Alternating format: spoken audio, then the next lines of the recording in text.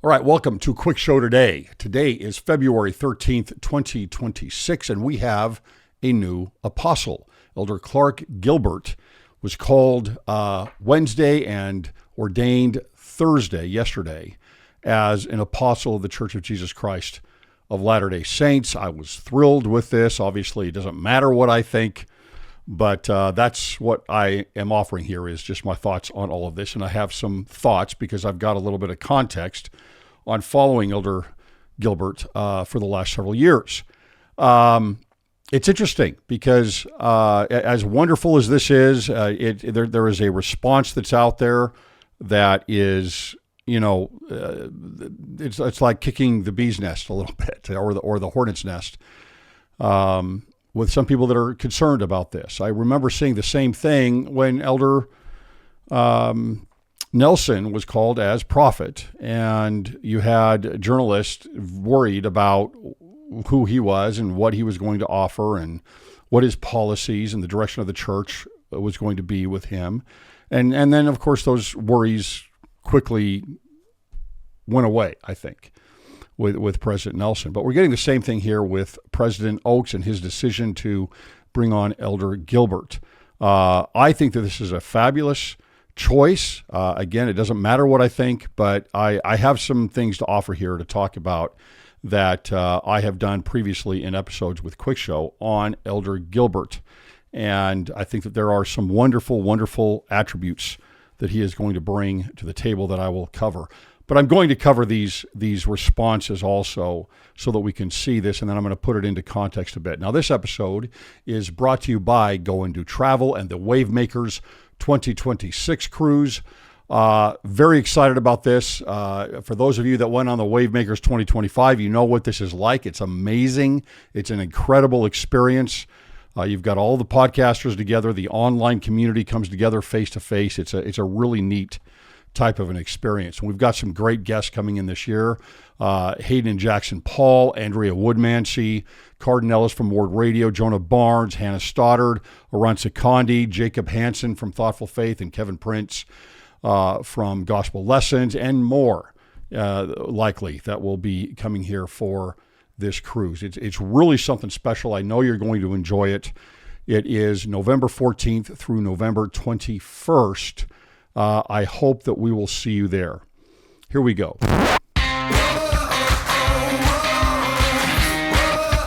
All right, so Elder Gilbert, called as the new apostle. You see here in the church news, newest apostle, the former BYU Idaho president, has been a General Authority 70 since April 2021 and currently is Church Commissioner of Education. This is an important role. It's an interesting pick for President Oaks for a couple of reasons, and you'll see why there is a reaction from certain Latter-day Saints, especially in the academic world. I'm going to disagree pretty strongly, obviously, with what they feel. But let me start with this. Let's go directly to the Salt Lake Tribune. And it's interesting when you cover this because, if you look at the press, whenever you see the word controversial, you know that it's probably a good thing.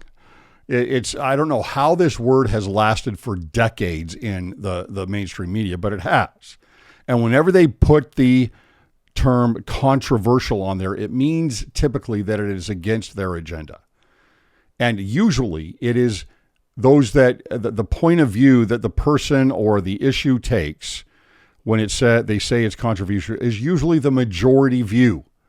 They never put it on the minority view that they have, but they always put this term controversial on the majority view and on basically the orthodoxy of the Church of Jesus Christ of Latter-day Saints in this case. But here's the headline. It says the LDS Church President Dallin Oaks makes a controversial pick for new apostle Cwic Gilbert. And here's the sub-headline here. It says, the choice may not sit well with some BYU faculty. Okay, now this goes right to my point about the term controversial because it is a minority of the BYU faculty, although a growing minority, I would suggest. But it's just funny how they put this out there. So this is their response. This, unsurprisingly, is from Peggy Fletcher Stack, who is also the one that really was questioning President Nelson when he was first put in as prophet and concerned about the direction that he was going to take things, and Tamara Kemsley. Okay, so this is it's not surprising at all that they're going to come up with this. When I see this from the Salt Lake Tribune and they're wording this as controversial, I usually think, all right, this is probably going to be a pretty good thing. Now, for a little context, we go back to another article that Peggy Fletcher Stack wrote a year ago in January of 2025 when there were new changes. There had already been some changes from Elder Gilbert, but there were new changes put into place at BYU that had to do especially with hiring and annual interviews that were tying the professors more to the worldview and the policies and doctrines of the Church of Jesus Christ of Latter-day Saints. God forbid that they would do that. I mean, this is a church-owned university. But people had a real problem with it because they have a foot in two different camps. One is I am a Latter-day Saint, and one is I am a member of the Church of the Religion of Academia. And they are two separate things. And one of them takes precedence sometimes. And so the title here is Dark Days.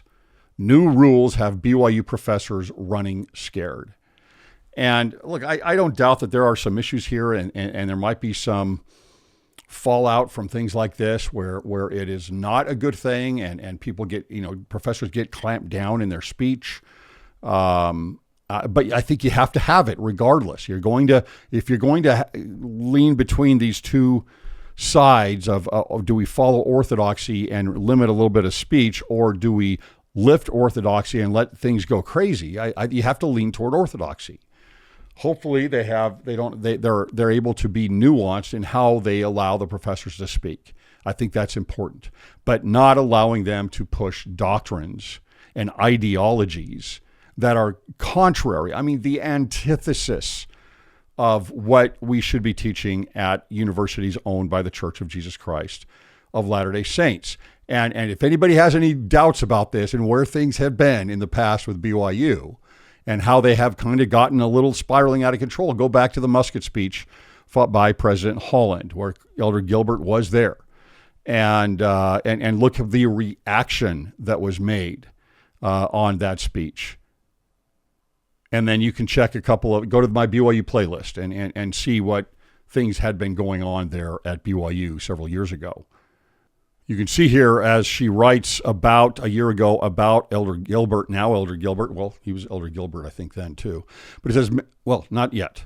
Midway through Jeffrey R. Holland's hotly disputed Musket speech, again, hotly disputed by the same faculty members that she's bringing up in her new article, in which he admonished Brigham Young University's faculty to take up metaphorical arms in defense of the faith's opposition to same-sex marriage.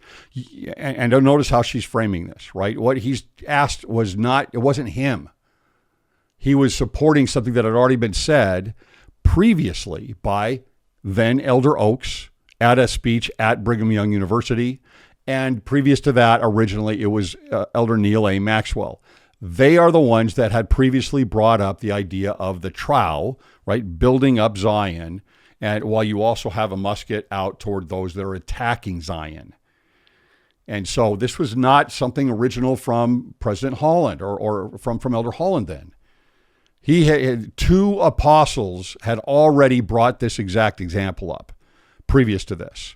And he is coming back again and saying, no, we are holding to this because this is a core doctrine of the Church of Jesus Christ of Latter-day Saints. And there's some fallout at Brigham Young University about those that are teaching against this.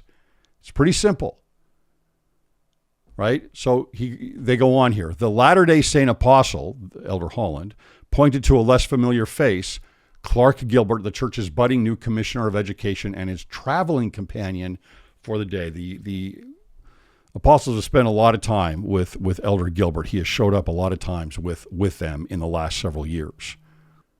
So she follows up with later in 2022 came a new employment contract. This is something that I had covered, a sort of loyalty oath, whatever. It's an agreement. It's saying, hey, we are members of the Church of Jesus Christ. We're going to stick to teaching the principles that follow under our doctrine here at the church. It's pretty simple. Right? in which faculty members, incoming and current, were expected to attest to their support of the church's position on marriage, family, and gender, right? And so they had brought in, it's basically saying, okay, do you agree with the position of the church on a traditional family, on marriage, on gender, etc.?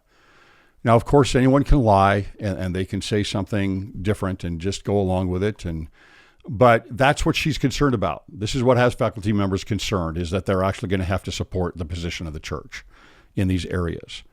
And so it's why this is, I think I've said previously, in fact, just recently again, that it's interesting to see how, BYU is kind of a laboratory. It really is. It's kind of a laboratory where we see this is where we get the most amount of secularism in the, call it an industry, in the segment of society that is academia, and pushing it in this area of academia on a university campus, as compared to, okay, well, are we sticking to our guns here, our muskets, on doctrine of the Church of Jesus Christ of Latter-day Saints? And so you have this play out over and over and over again in this laboratory of secularism, secular incursion on church orthodoxy. And it's quite frankly pretty fascinating to watch and to see how this works. Elder Gilbert has been one to say, no, we lean into the orthodoxy and the positions of the church. And that to me is a breath of fresh air. But to her, it is a threat.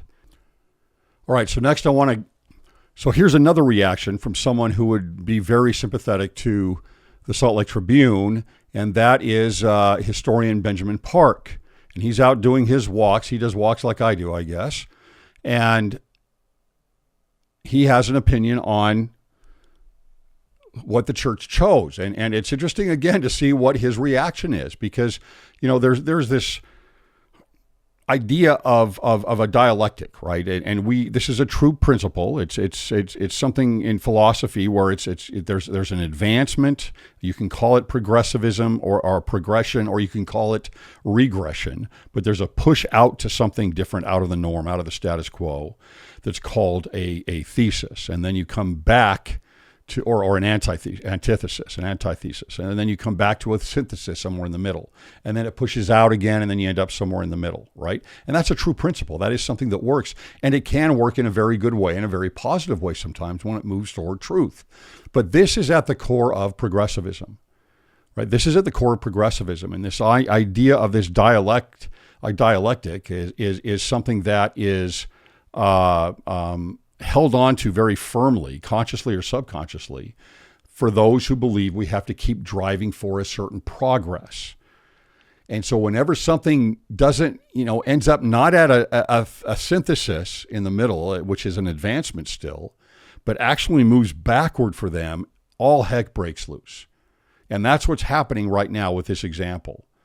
Because for them, it's a movement always toward this other intangible type of a utopia, or where this progressivism is moving toward. And so anything that pulls back on that and is anything less than a synthesis of ideas and movement in that direction is really, difficult for them to handle. So here is Benjamin Park. He's an academic and an author, with his reaction to the selection of Elder Gilbert here. Of Clark Gilbert to an apostle is the clearest sign that the LDS Church is embracing the stance of retrenchment. Gilbert received his business degree from Harvard Business School. Okay, before I go into this a little bit, retrenchment. Okay, so again, now he's framing this in a word that is, for him, a pejorative in this case, for the church. Instead of saying they're hanging on to orthodoxy, it's retrenchment, right? It's like, okay, there are some core principles. And, for example, are you going to move away from traditional family? What about moving all the way to the atonement and saying, well, the atonement isn't really paying for your sins, or Jesus really didn't suffer for your sins and pay for your sins? How far down the road do we go? Because that is out there, right? That is out there, and a place to go that has happened previously, because we are already changing who Christ is in broadly in Christianity, into something that is purely no judgment, no rules, no commandments, no, calling out the Pharisees and the Sadducees, and no, none of that exists. It's just comfort and an arm around you. And so as we move further down that road, then we change the meaning of what the atonement actually means. So entrenchment here, or retrenchment as he calls it, are there any untouchable doctrines? Because if there aren't, then there is no definition of the gospel. There's no definition of the gospel. There's no definition of truth. There is no definition of love. There's no definition of sacrifice. And so, retrenchment is, I would suggest, hanging on to core doctrines.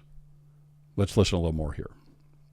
Where he learned the disruptive techniques of the modern business world. Okay, I think that what he's referring to in the disruptive techniques is going back to Clayton Christensen at Harvard, who is, I think it's called the theory of disruption, which still is taught, even though Elder Christensen, I think he became Elder Christensen, I might be wrong on that, is no longer with us. But it's still taught at Harvard. But the idea of disruption, Intel was a big case study for this idea of coming in and creating disruption, where they created a lower level chip to be able to put into cheaper computers so that they didn't get the competition coming in and undercutting them, right? It's like Honda coming in the late 70s and coming into the American car market with something much cheaper and smaller and more gas efficient. And so this theory of disruption is, how are we going to change things and make things run more efficiently? And I don't think actually he's even applying this properly. I could be wrong, but it's been a while since I've really looked at the theory of disruption and what Clayton Christensen was teaching. But I don't know that he's even applying this properly here in showing that Elder Clark, who also went to Harvard, is taking this idea of disruption, and then he's disrupting the church. That's what he's implying. He's disrupting the church with this theory of disruption here. Let's listen a little more. He taught at the school for a few years, but after not being retained and being given a long-term job, he joined the LDS church administration. After being put in charge of the church's media arm, he got to try out his disruptive techniques by taking over the Deseret News. Okay, so disruptive techniques. This is kind of like using the term retrenchment. The disruptive techniques were actually guiding this closer. It's another arm of the church, so to speak, right? It's a subsidiary of the church. It's owned by the church, the Deseret News. And it had gotten in a place where it was following things like KSL, which is also owned by the church, and other media arms where it was not maybe exactly what the church was hoping for. Now, I'm one for free press. I'm all for that, but this is something that's owned by the church. The question is not whether or not, should the church be involved in its own subsidiary and making sure that the values that are taught there are values of the Church of Jesus Christ of Latter-day Saints. I think the question actually with the Deseret News and Elder Gilbert's position there at the time is more along the lines of, should the church even be involved with a media company? That's an interesting challenge and question, I think. But if they are, then I don't see, just like Brigham Young University, I don't see anything wrong with saying we're going to teach the values of the Church of Jesus Christ of Latter-day Saints. Now, the Deseret News, I don't think bothers him as much as I'm guessing. I'm putting words in his mouth here, but I think that BYU is the real issue here. And why would that be the real issue? Because BYU is in his world, right? In his world of academia. And how dare you come into the world of academia and influence it with your orthodox, as he calls, conservative principles in a university in the United States. That's what I see this as, and I think that's right. And firing nearly half the staff. But more than slimming down their operations, he also streamlined their focus, telling them that they should focus on the foundations of the church, meaning conservative values that would set them apart from the rest of the world, which is Okay, that would set them apart from the rest of the world. Yes, that's exactly right, Ben. That's exactly right. That's what the church's mission is. And you have a problem with that. And here's what I don't understand about these types of things where it's, look, anybody can go to any university they want. There are thousands of colleges and universities in the United States. And so the church owns Brigham Young University. There's nothing wrong with them imposing, if you want to use that word, their own values in their own university. They believe that, 18 to 20-something-year-olds ought to be taught in a certain manner and under a certain framework. Nothing wrong with that. I mean, Berkeley believes in a different framework, and you can go there. Harvard believes in a different framework, and you can go there. But BYU is a place where it's owned by the church. There is nothing wrong with saying, this is how we believe education ought to be taught. And this is going to follow the principles of the Church of Jesus Christ of Latter-day Saints. And yes, Elder Gilbert was a big part of, I would suggest, cleaning things up and and when I say cleaning things up, I mean helping to ensure that the campus is improved in a way, not with progressivism, but in a way that holds closer to the orthodox principles of the gospel. You can call that conservative if you want. It is conservative in the sense that it is conserving its orthodoxy or conserving its core principles. But people have choice. They can go where they want, and this is a church-owned school. A little more here. Is actually a through line across much of his career in church leadership, denouncing the inroads of secularism in modern society and the need for the nation, including its universities, to return to their spiritual core. Okay, I don't know that he would have a full problem with that. I mean, I don't know if he's trying to talk against this right here. But yeah, I believe that's true. They need to return to a spiritual core. This is a church, a religious university. He first integrated this philosophy at Brigham Young University, Idaho, when he became president, but then across the BYU system wide when he became the commissioner of education. And since taking over church education, Gilbert has been consistent and vehement in trying to reaffirm the university's mission, trying to reject modern progressivism and return to the fundamentals. Okay. So I think it's important to understand here. Well, so see, this is what I think people don't understand when they talk about, what, Greg, why are you even talking about this right now? That you're bringing up politics. It's not that you're bringing up politics. It's that there's no choice. This is all going to be political. People need to, I think you need to see that. It will all be political because as culture moves further and further away from spiritual roots, from family, it's all going to be political. Your marriage is going to become political. The idea of gender is already political now. These little core, or I say little, I mean these so basic core fundamental truths are all political now. And it's going to get worse. That's not a doomsday approach. That is simply reality. Ben here has his freedom of choice and his right for his opinions. But you can see where his opinions are. These are political opinions. And for those that follow him, there are, as I'm speaking this right now, there are about 1,300 people that have liked this post here on Instagram. So I'm guessing tens of thousands of views already on this. Then it's, these are all political. This is a political discussion, unfortunately. But it's going to all become political. Let's go back to Ben. BYU faculty, staff, and students have all been quite vocal, albeit anonymously given the surveillance, about the reign of terror that Gilbert has introduced, especially at BYU Provo. Okay, so his reign of terror, and faculty, administration, students. Of course, there are a segment of each of those groups that do not like the changes that have happened at BYU. Again, go back and look at my playlist, and you'll see what was going on just a few years ago at BYU. It's still there, but it's not as bad, and there has been a move that has become better. In my opinion, All right. I think Benjamin here would he would certainly disagree with me on this, but it's not a reign of terror. It's a retrenchment. It's a return to, hey, you are working as an employee of the university owned by the Church of Jesus Christ of Latter-day Saints. And we are going to follow these specific guidelines here. These core doctrines of the church need to be taught. You can't just go out and start pushing and advocating for abortion. You can't segment society into classes constantly and focus on race and gender and sexual orientation and class and take intersectionality and feed it to the students. These things are all antithetic to the gospel of Jesus Christ. Something documented in the Salt Lake Tribune last year.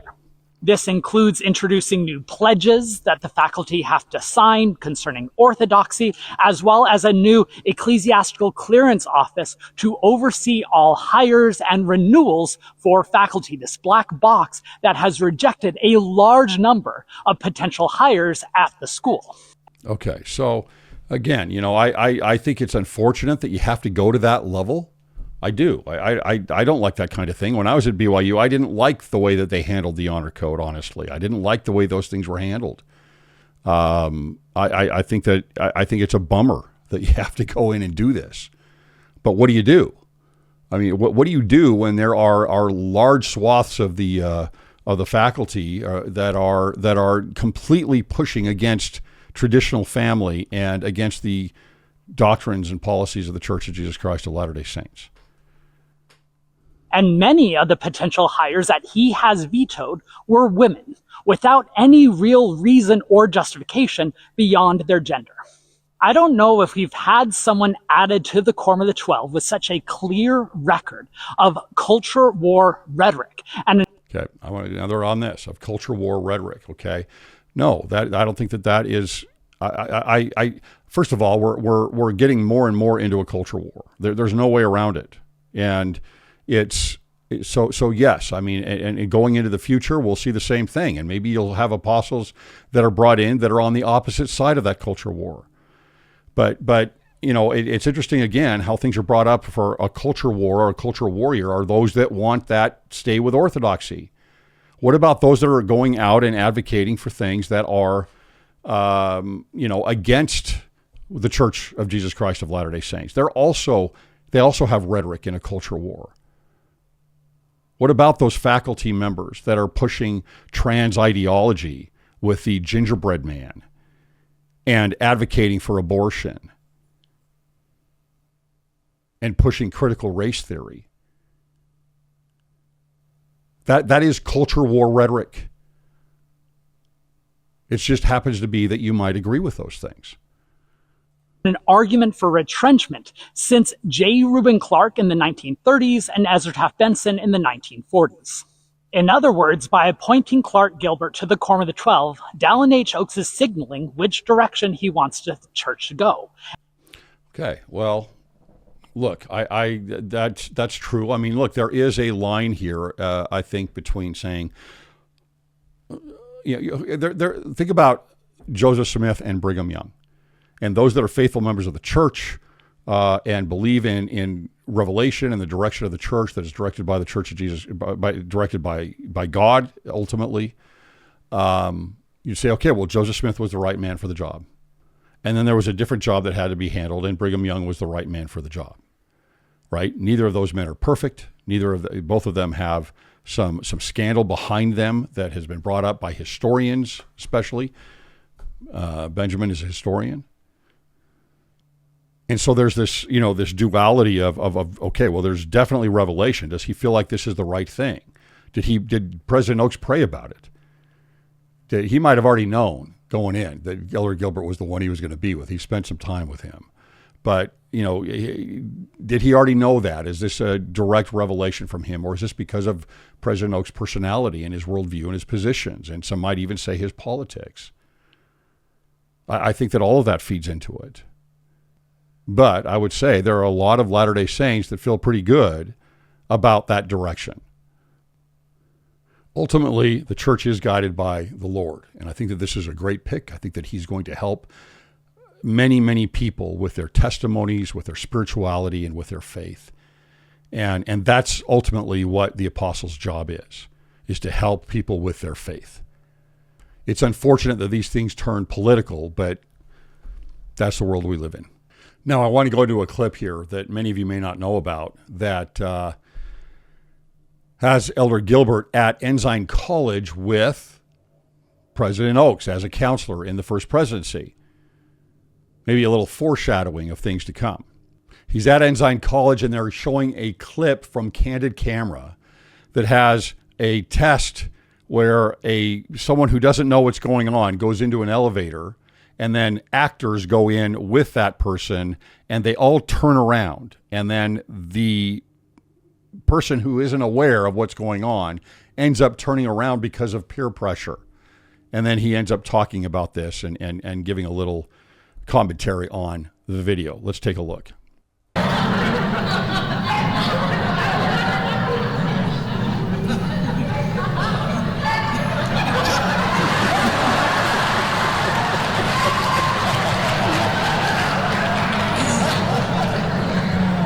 All right, so the video goes and shows several examples of this, and then here Elder Gilbert is going to comment on it.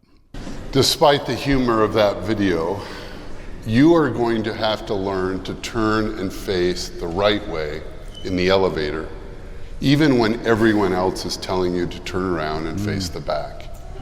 In your heart, you'll know this can't be the right thing they're doing, but you have to have the courage to stand fast, looking in the right direction. Okay, so that's why I think he's called. Honestly, that is who he is. He understands peer pressure. He understands that even though the culture moves in one direction, regardless of the reaction of individuals, where they turn, the direction they turn, that we are to stand fast and stick with orthodoxy, stick with the doctrine of the gospel of Jesus Christ. And that is a strong message, and it's a desperately needed message right now. There are so many that we know in the church now that have turned that other direction. And it's important for us to have a message of stand for something. It's so refreshing to hear that. Thanks for listening.